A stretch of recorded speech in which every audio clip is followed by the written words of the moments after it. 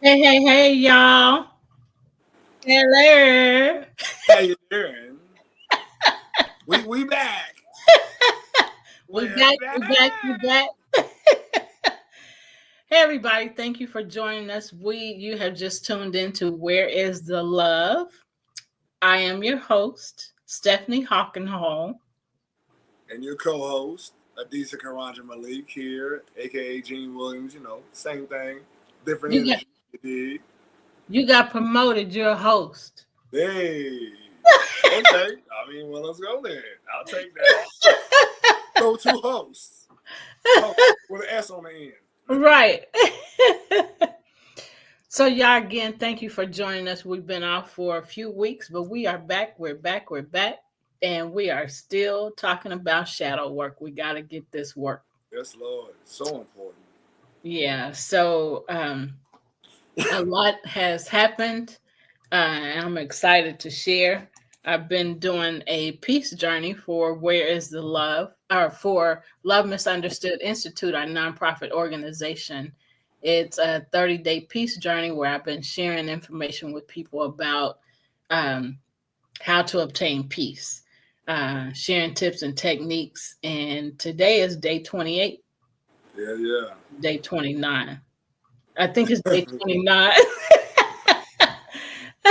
I didn't post the video yet, so I think it's 29. But so, go to Where's the Love Facebook page and you can see the videos. Go ahead.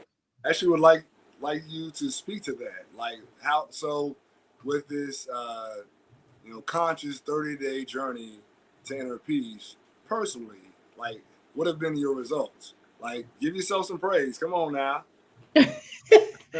So, different things has happened, and my first thought was not focusing on the chaos or the hostile environment or whatever the negativity was that I was getting, but okay, so this is what I'm experiencing. I don't want it. I want peace. So that was the first thing, choosing. So choosing the peace and not the whatever the negative thing is that was happening. And then deciding after that, okay, so now I've chosen peace. So how do I get it? How do I obtain it? So, and then going for that goal. So whether it's, listening to some music, to calm, to get that calm, or walking somewhere, or reading a book, or journaling, or breathing, or pausing. So many different things I shared. But when you make that choice to obtain peace, or to get that peace, then you decide, okay, like pretty much like what's the goal to get there? What do I need right now to get me to that place of peace? Because this that I'm experiencing ain't it. So and I was focusing on mental, emotional, spiritual, and physical healing in the peace. And it's been amazing. Yesterday I said I lost 11 pounds, but really I lost 12. Yeah. And so, yeah, so I was excited about that. So when it comes to stuff, I'm letting it all go. If it ain't serving me well, okay, yeah, I don't want it. I'm just throwing it out, throwing it out, throwing it out. So, so it's been amazing. So my eating has changed as well. Uh, as a result of that. So it's all been an amazing journey. And I'm very thankful. I'm very excited. People have made comments and stuff about, throughout the peace journey, let me know that it has helped them. And that has meant a lot. So most of the videos that I did was in a park, but it wasn't just one park that I kept doing the videos in. I kept going to, there's a total of 4 parks Still, I go to. And so I just, do different angles. So it has been nice. And then, I show pictures of the big, look at, you know, the big field with all the trees and stuff like that. And then, listen, now listen, it's so peaceful out here, y'all. It's so peaceful.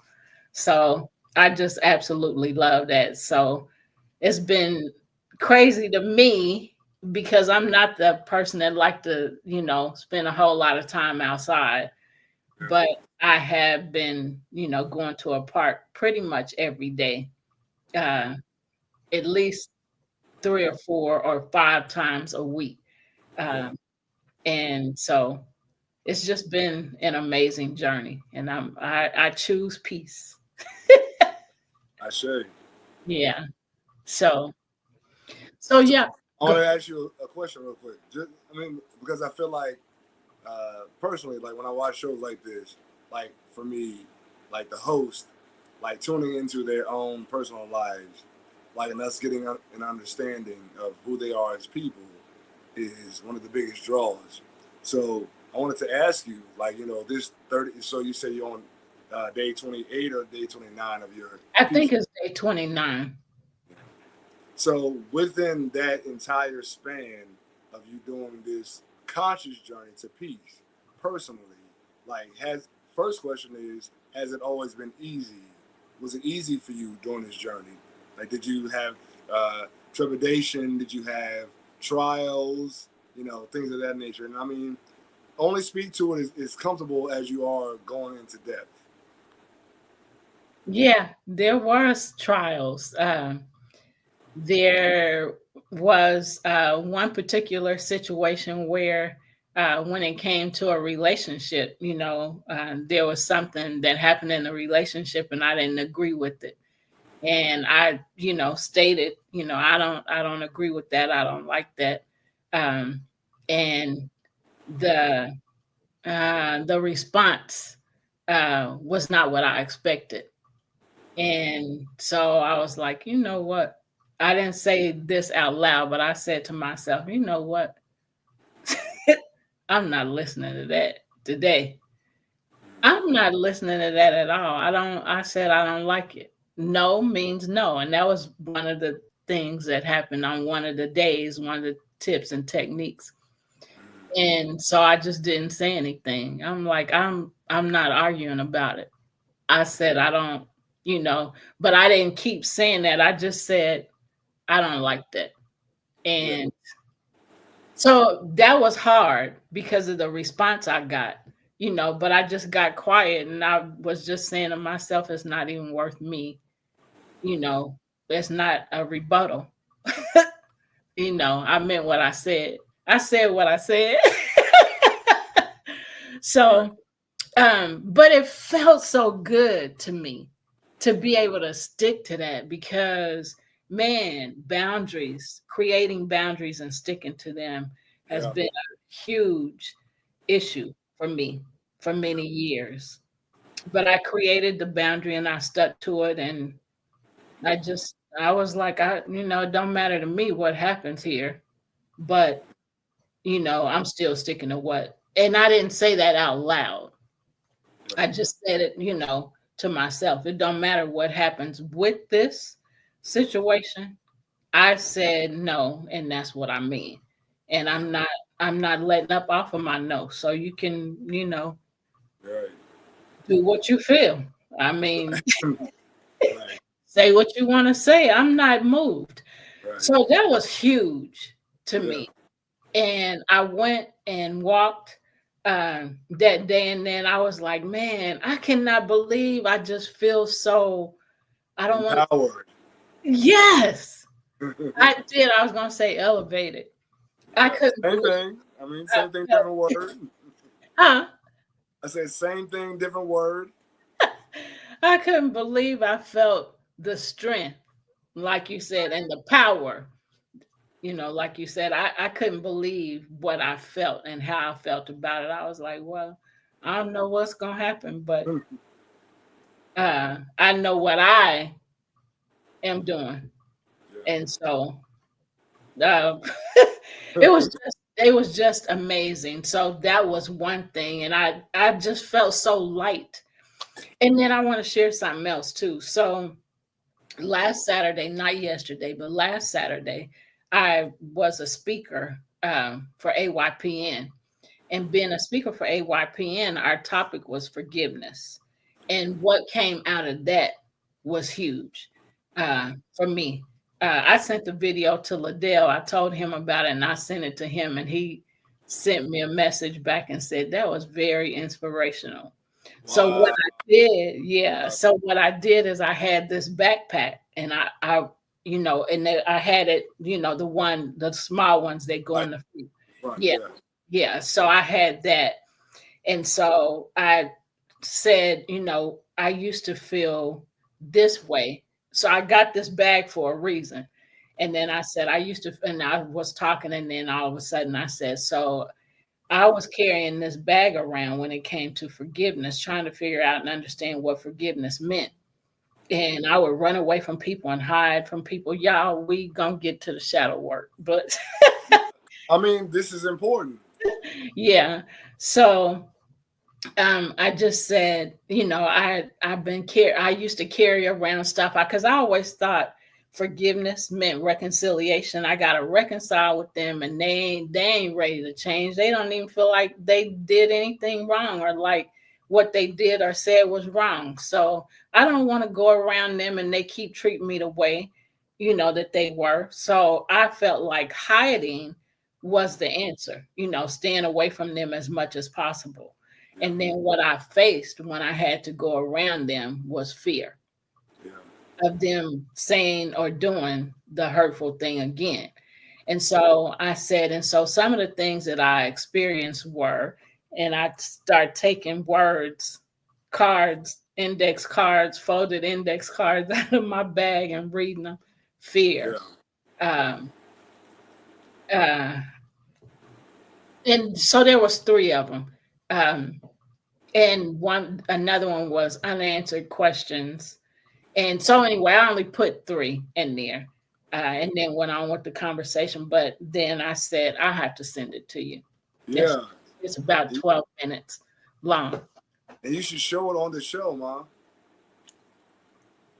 You Like know people need to what, see your work. People need to see your work straight up. Mark, can I do that? It's a about a 12-minute video.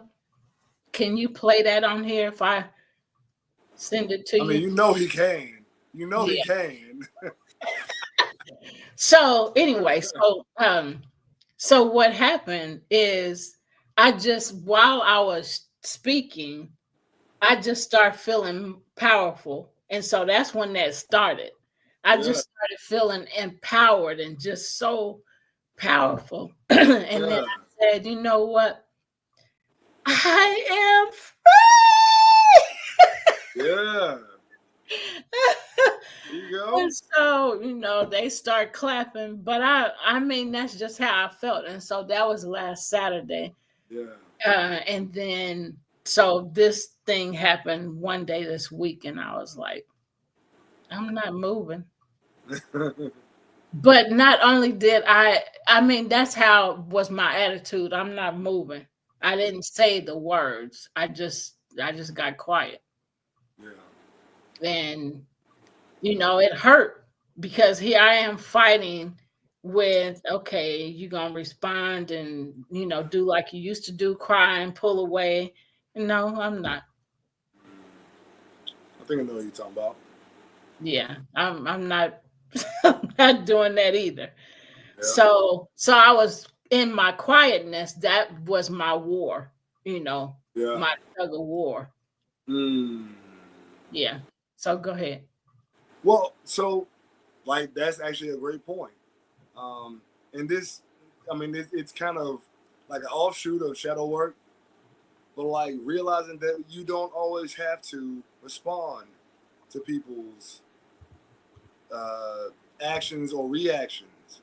Um, as long as you're always like balancing your approach. Like, understand that this person has their own mindset, and you also have yours. But you know, either we can meet in the middle where it works for both of us, or I can hardcore like create mad boundaries and like, hey, I can't do this beyond this point.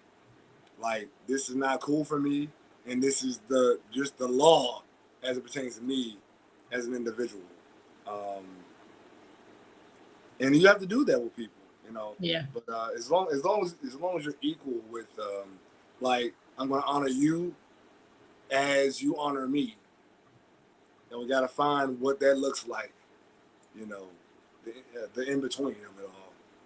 But yeah, I mean that's powerful. You have to absolutely like, hey, I listen. You done this. I ain't like it. It made me feel like this, and I would like this as a result. And either we can deal with that or we can part ways. And it's not personal. Yeah. It's like there's a business of me honoring who I am and what I'm going to take from you and anyone else. It's a personal business, and I don't have to bow to you because that's what you want. Like, it's not a disrespect at Yeah. all. Yeah. It's me respecting myself. Yeah.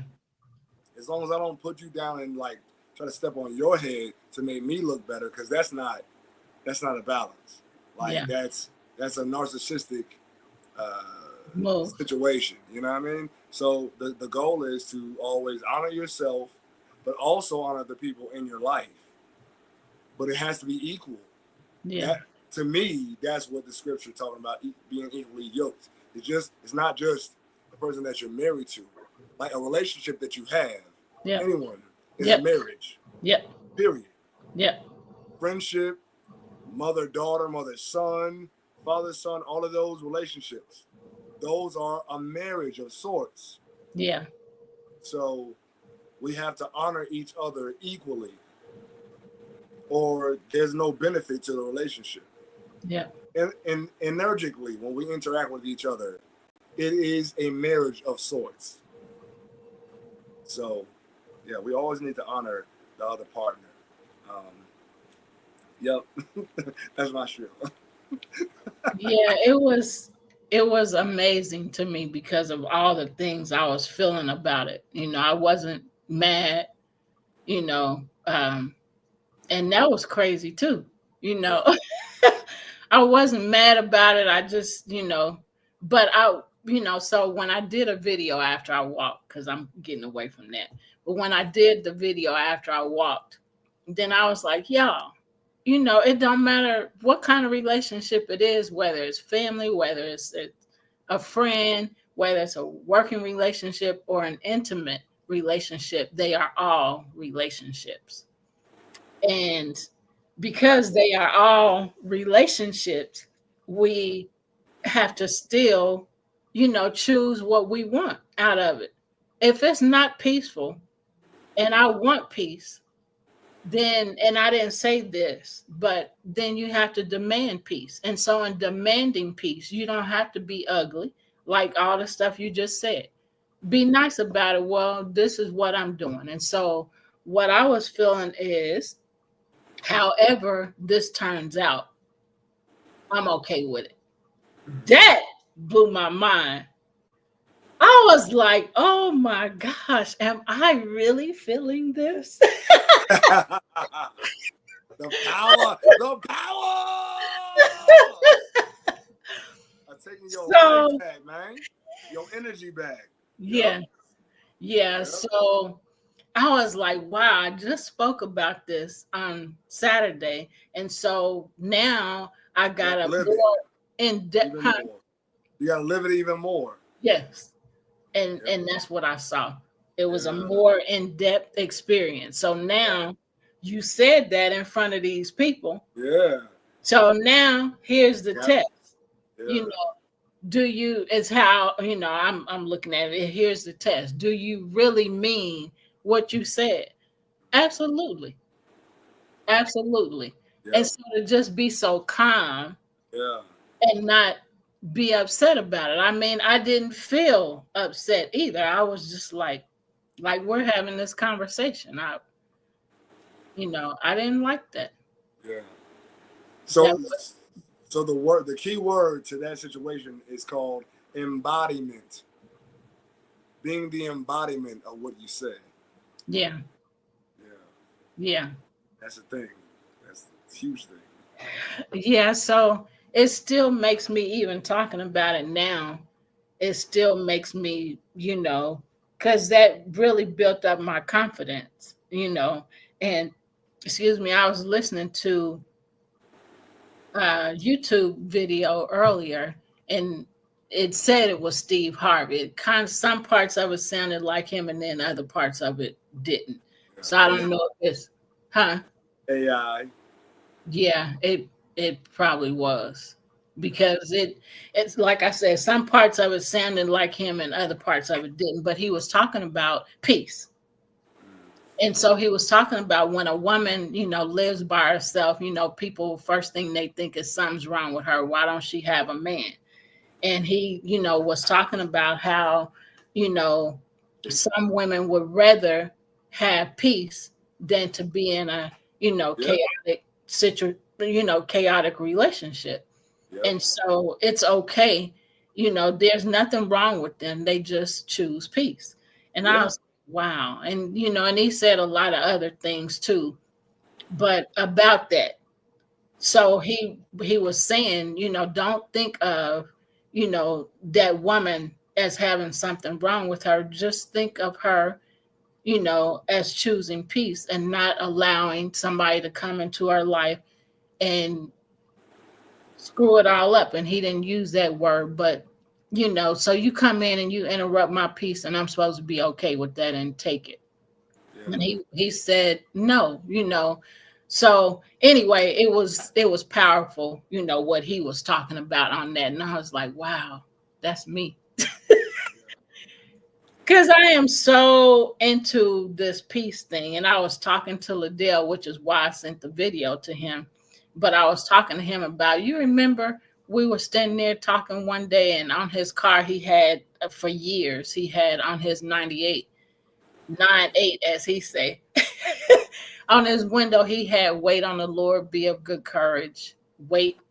Um, and so that's all it said. But the rest of the scripture is, be of good courage. I say, wait on the Lord. So I told him, I said, you remember we were standing by your car, and he was telling me about a situation, and I reminded him. And I said, you was telling me about a situation, and I was like, man, I wish I could be that peaceful about stuff. I'll be glad when I can wait and just be at peace. Man, I'm there. I'm there. That was years ago when that happened. It was over a decade ago, at least, Yeah. when we had that conversation. And now to be able to talk about it and to be able to experience it is huge. Yeah. Uh, That's and dope.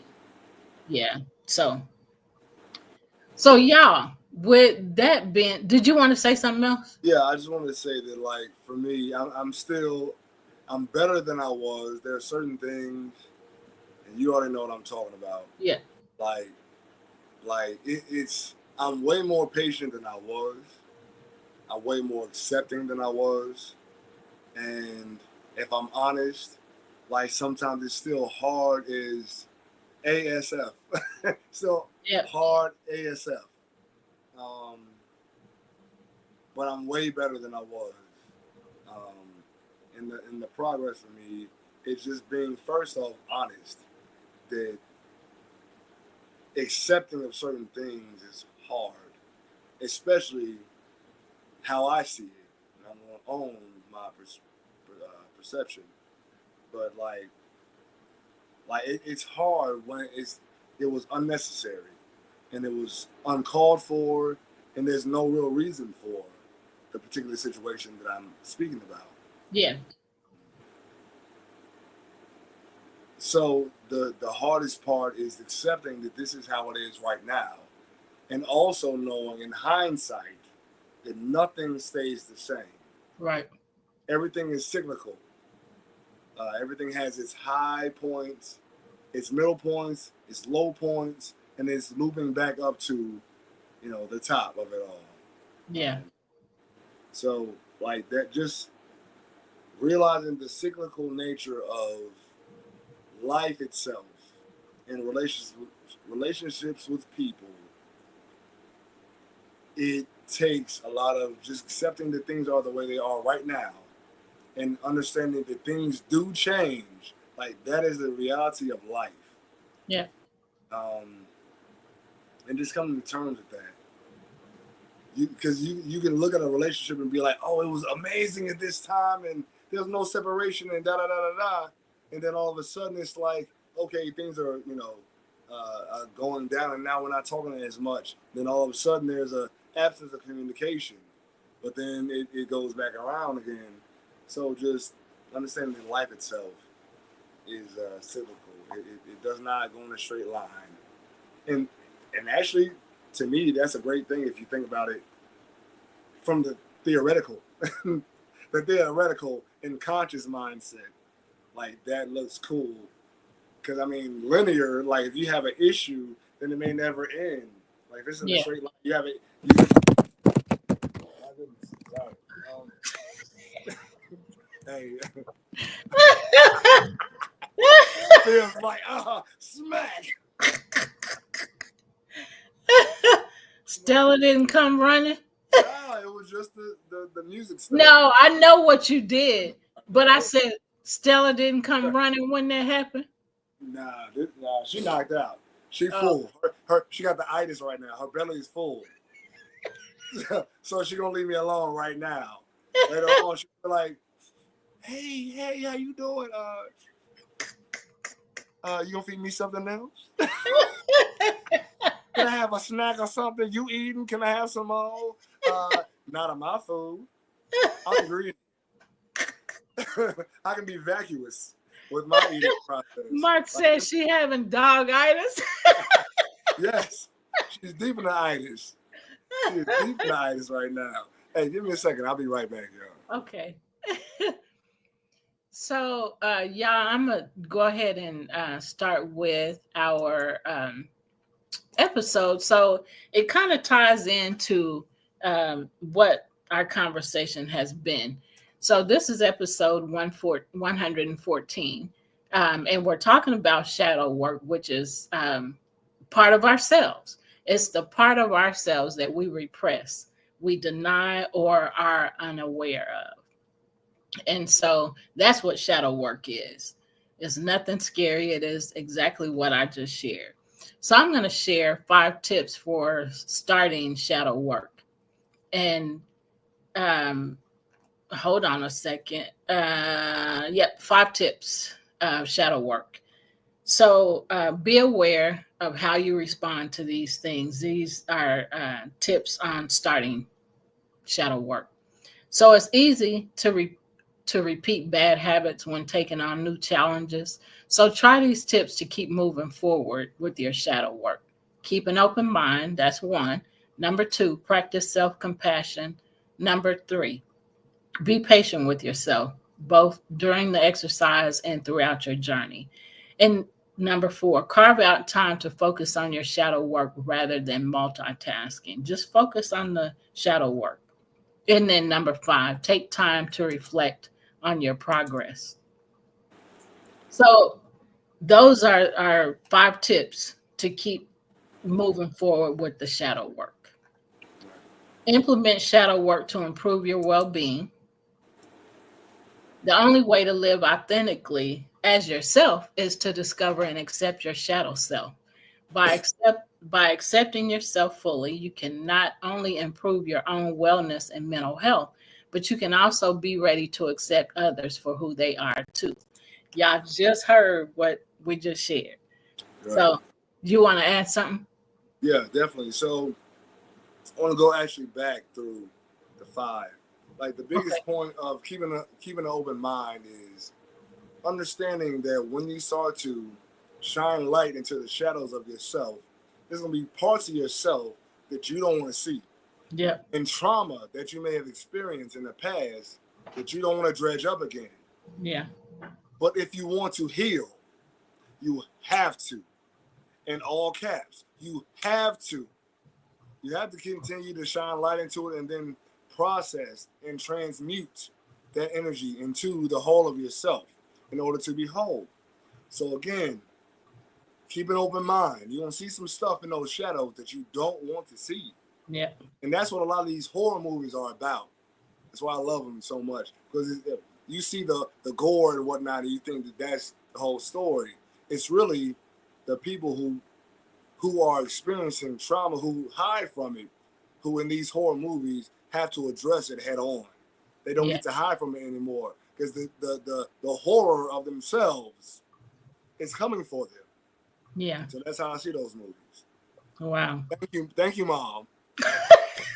Thank you, and thank you, Frank Johnson. Also, because it was you two who like kept me. I was like, I ran away from it for a long time. I was like, he was like, yo, watch this, and I was like, oh, I see the implications. I see the deeper layers. Wow.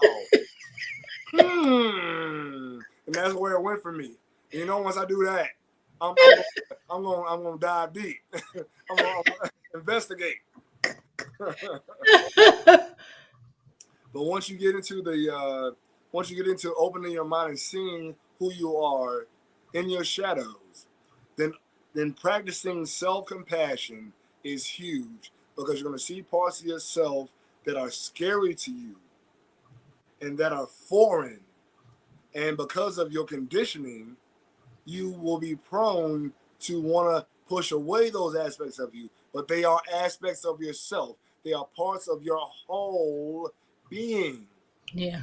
So you have to transmute that energy into that shadow energy into something that is positive for you to use to empower yourself going forward. Every aspect of yourself is useful in one way or another, and there's layers of that message I can say.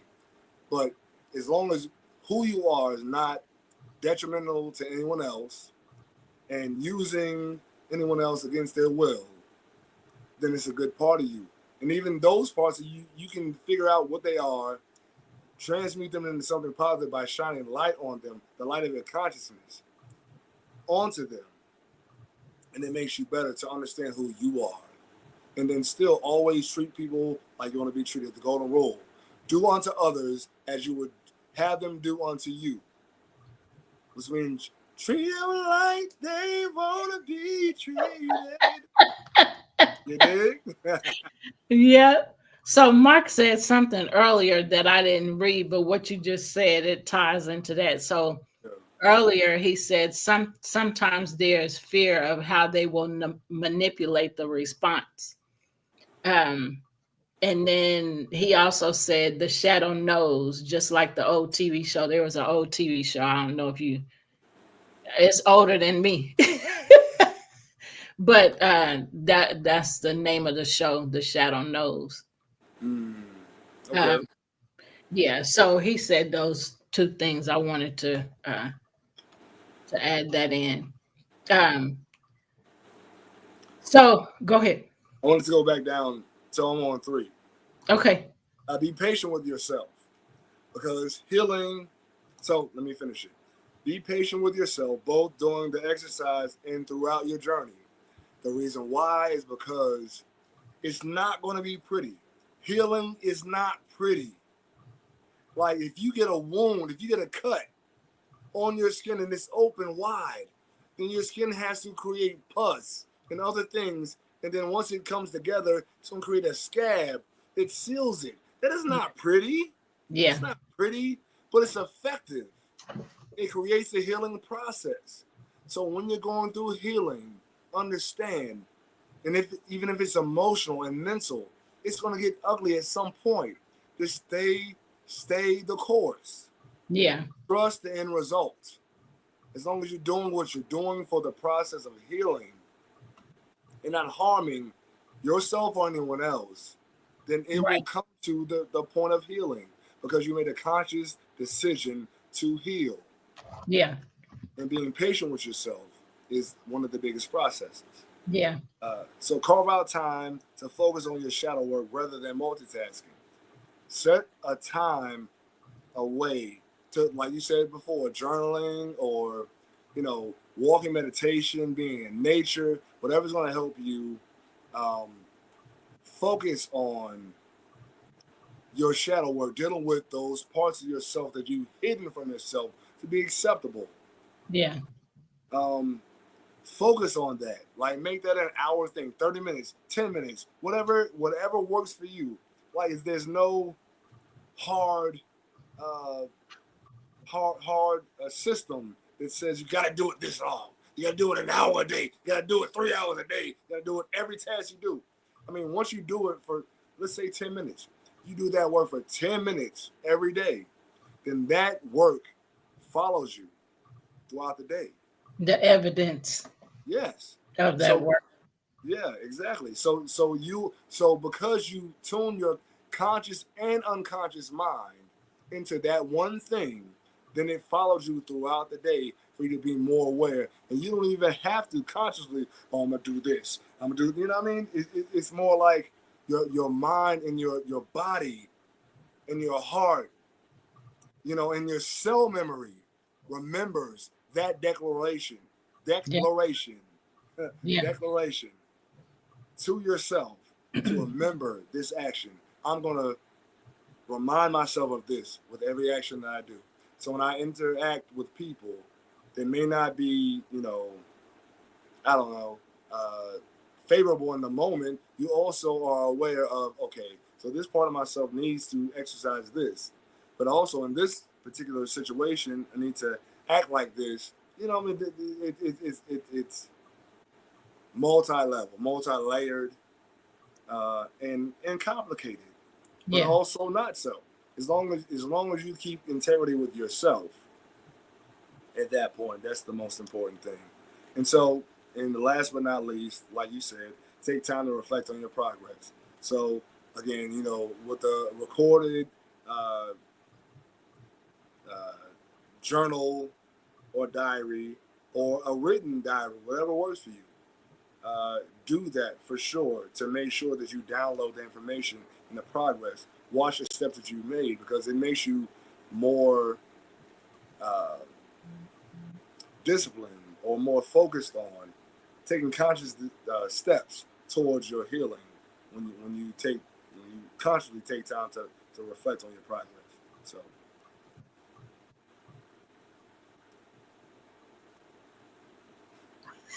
I'm sorry. I was sending oh, okay. no, I was sending Shawnee a message. Oh, you looking ahead. Yeah, I was sending her a message to remind her. Okay. And so I'm sorry. I had to Oh, do you that fine, because I'm looking at the man. time and I'm like, I haven't even said nothing to her for a couple days. So I need to remind her to be ready. Yeah. Um, I apologize. You fine, man. You fine. You fine. Let's keep it. Okay, so huh? Let's keep it rolling. Where were we? Implement. Gotcha. So right after Let fine. me. Okay. Yeah, you can go ahead. All right. So implement shadow work to improve your well-being. The only way to live authentically as yourself is to discover and accept your shadow self. So by accepting yourself fully, all of your flaws, quote unquote, and all the things that you don't accept about yourself, you can not only improve your wellness and mental health, but you can also be ready to accept others for who they are too. Shadow work is a very key part of developing introspective skills and self awareness, which are fundamental skills for personal growth. It is not easy work, though. Shame, frustration, and fear are difficult emotions to navigate alone. They distort our ability to see ourselves accurately and make us less self compassionate. And self compassion is key as you work with the shadow self. So, I'm just going to keep reading. If you're struggling to practice shadow work on your own, seek support from others, including professional help. Believe in the power of self awareness and self compassion to find clarity and build resilience and mental fitness in a challenging world. We also believe that, that no one should have to go through this journey alone. So I want to go back to the shame, frustration, and fear being difficult emotions to navigate alone. That's how it was for me for so many years. And even in the what I shared earlier, you know, I started feeling some fear and about what the outcome was going to be, but I couldn't. I knew that I couldn't allow that fear to control me because then I would have created a boundary and not stuck to it. And it was more important to me to hold on to that boundary. Yeah, Uh, and so that meant a lot to yeah, me because I was like, yeah, I'm feeling this fear of what the outcome is going to be, you know, but I can't fear it enough. More, I can't fear it more than I fear the boundary, more than I fear having the peace or having it wouldn't be peace if I would have, agreed with, what I didn't originally agree with. If I changed, what I agree with, then I would, have even more fears. But even though I was experiencing the fear and some shame because of my choice, I was like, I just can't, I can't be moved. Uh, I was I was unmovable. And just looking back, it's still mind blowing to me. But I'm so grateful that I've been learning the things that I've been learning, that I've been making the choices I've been making, to heal and to have peace and to forgive and to love in spite of, whatever else uh overrules, you know. And so I'm so thankful and grateful to be able to say, excuse me, whereas for years I wasn't able to stick to boundaries. Excuse me. Hey, stop it. trying to tell you what to do. I'll do this. Yeah. Um, so anyway, I just wanted to share that. So you can go to the next part. All right. So, how inner child work enables healing and playful discovery.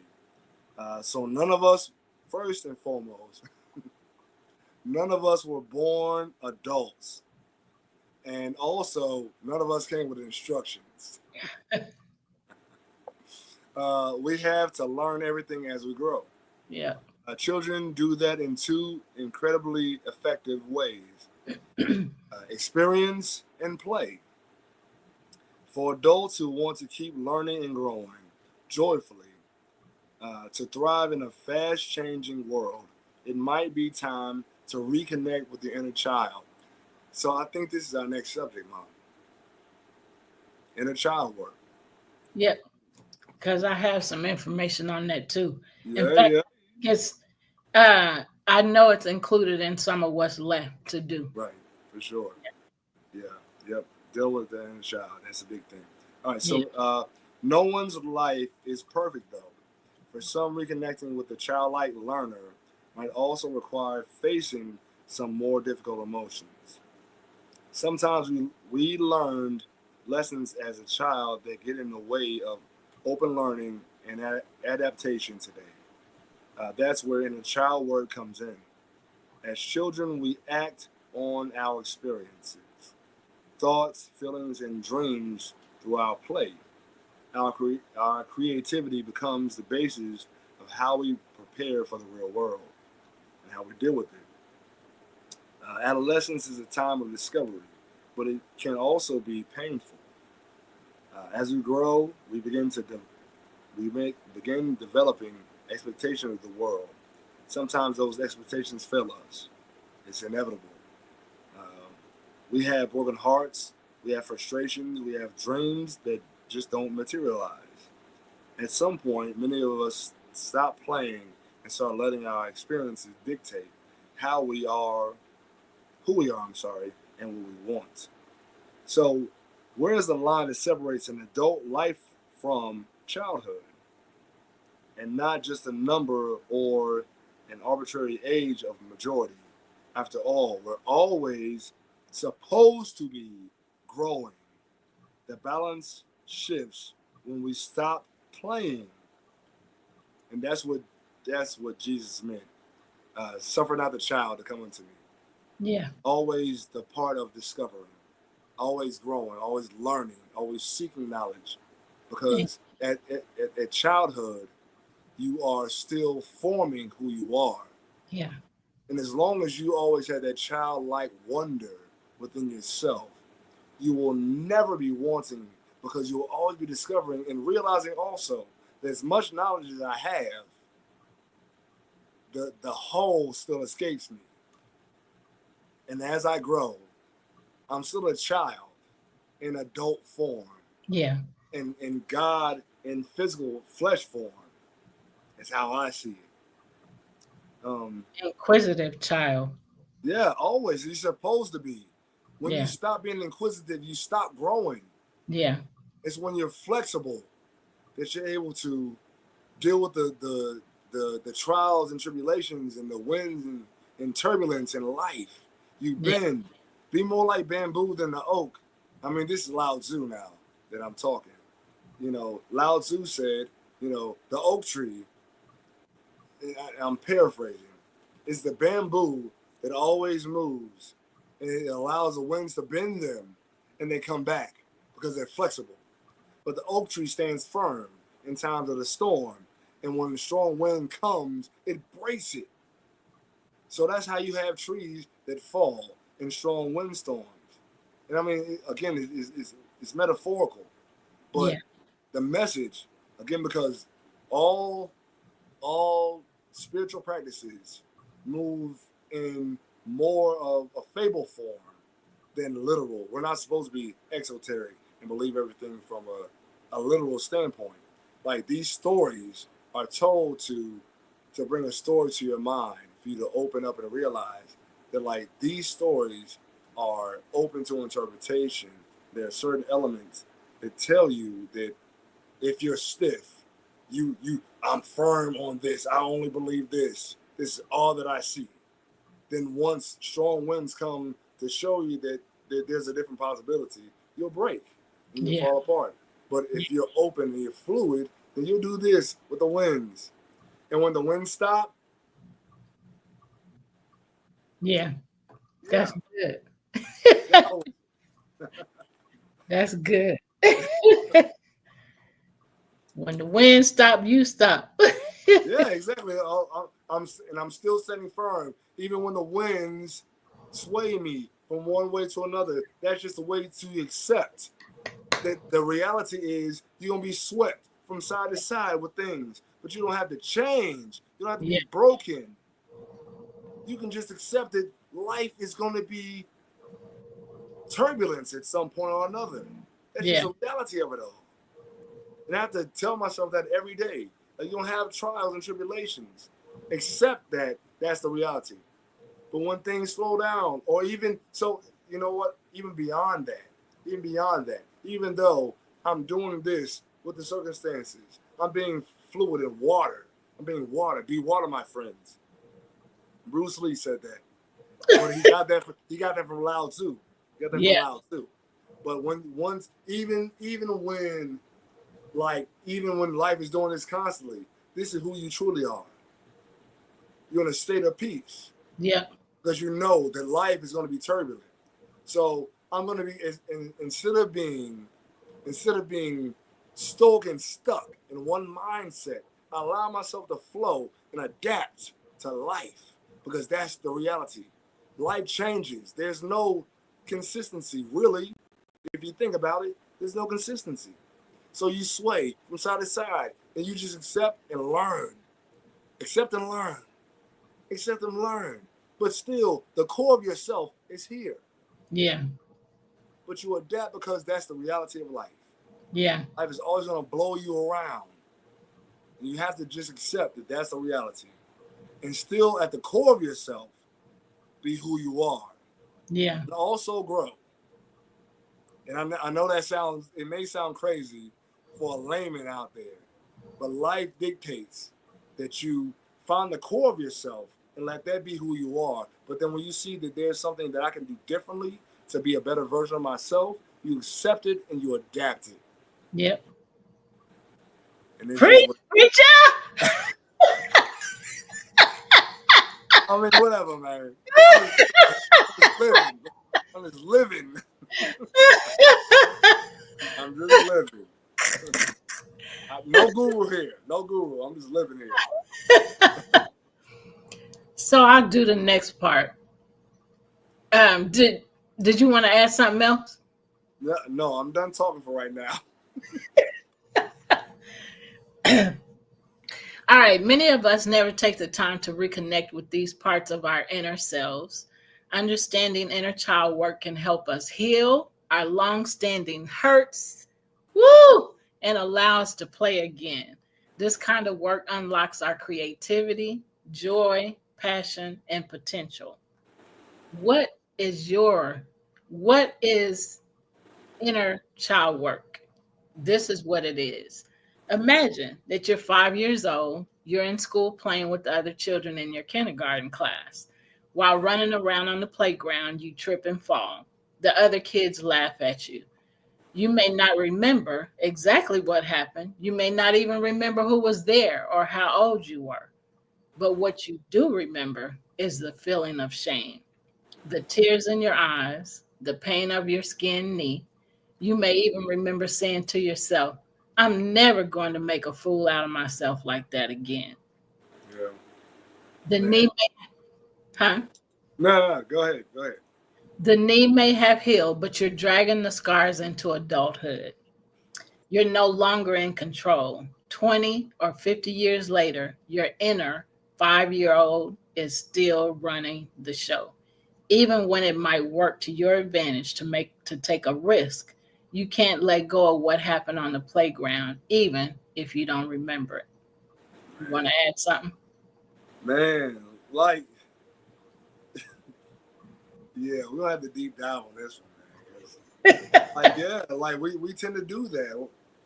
I tripped, and like, and so there's two versions of this, at least two. Like you always have the polarity. Like I tripped and skinned my knee. I'll never make a fool of myself again. So you always always extra cautious. Or also the other possibility is you're always an extra fool to possibly show like you're. And there's so many ways this can play out. Like you do something that makes you look like a fool, and it's like what they laughed and people seem to like me afterward. You may have the original feeling that I don't want to get a fool out of myself anymore, but people will be like, "Oh, that was funny as I don't know what." So and now you feel like you got to live up to that. Yeah. So there's always a dichotomy. Yeah. Um, People react to things differently. Yeah. Man, the programming, like when we begin to become socially conscious, like that's another topic, social consciousness.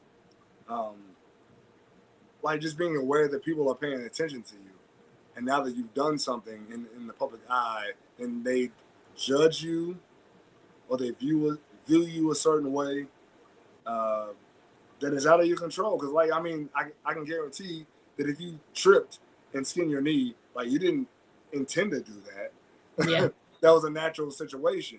You tripped Right. and skinned your knee, and now they call you the trip kid. You know what I mean? Just for instance. So uh, and then it also goes back into like us programming ourselves to see ourselves how other people see us, as opposed to how we see ourselves. Yeah. You get to a certain age and you become socially conscious. And like, is it really working for you? Social consciousness as opposed to how you see yourself and Yeah. individual consciousness. Yeah. So, that's a whole other thing. So, what you shared about, like the child, for example, saying something. So, in the fall, that shame made the kid, for example, feel unaccepted.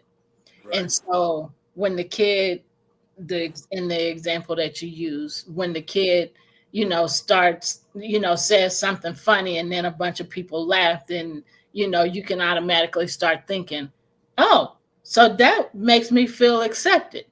So now I'm gonna do more of that. And Right. so you become a class clown, or you just become a comedian constantly telling jokes, For and attention. then, huh? Looking for attention. Yep. And you telling jokes, and maybe you start putting people down in your jokes, and everybody's laughing. So then with that, you're bullying, because you're, able to control the people's emotions and get Right. laughter.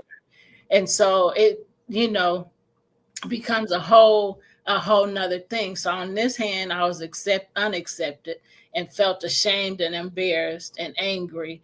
And but then when I started doing this is where my acceptance was. So I'll do more of that, and I'll be accepted. But really, are you accepted? I mean, Right. are you accepted inward? I mean, outward, yeah, you're accepted by people, but inward, what's going on inside?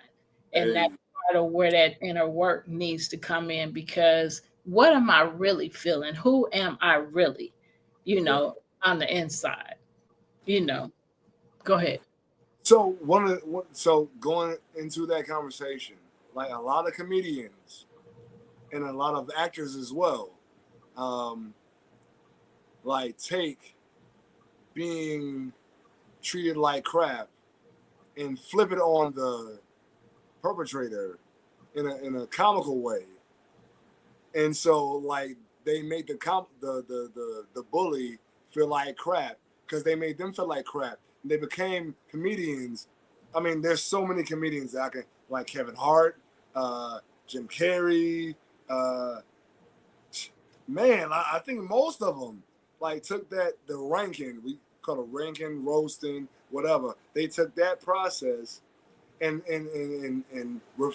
deflected it back onto projected it back on sorry projected it onto the person who did it to them, Yeah, um, in a way that was comical, and that's how they built their career.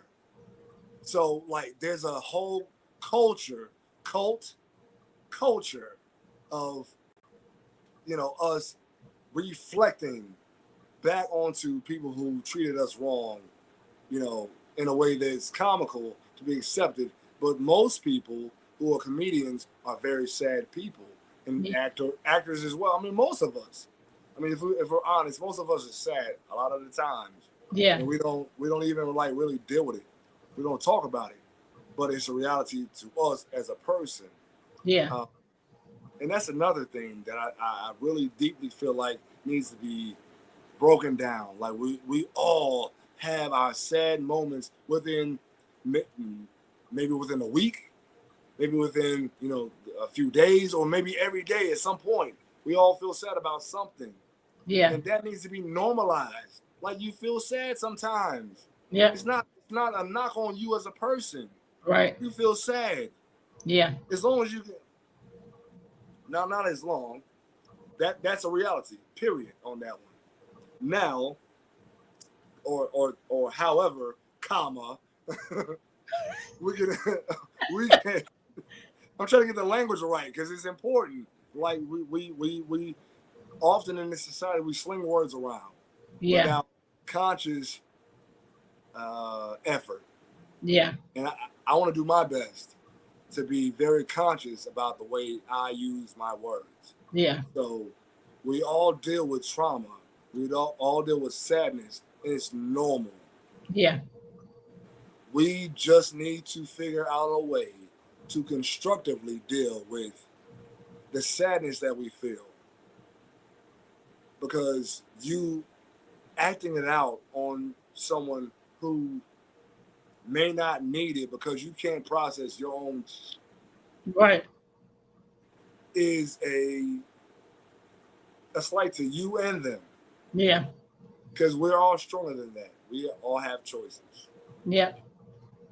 Our but time it's is up. important for us to be aware of who we are. And yes, we're almost at the time.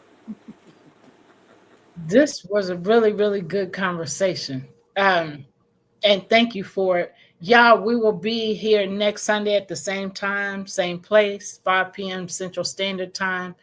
See you then. Take care. Sending you peace and love.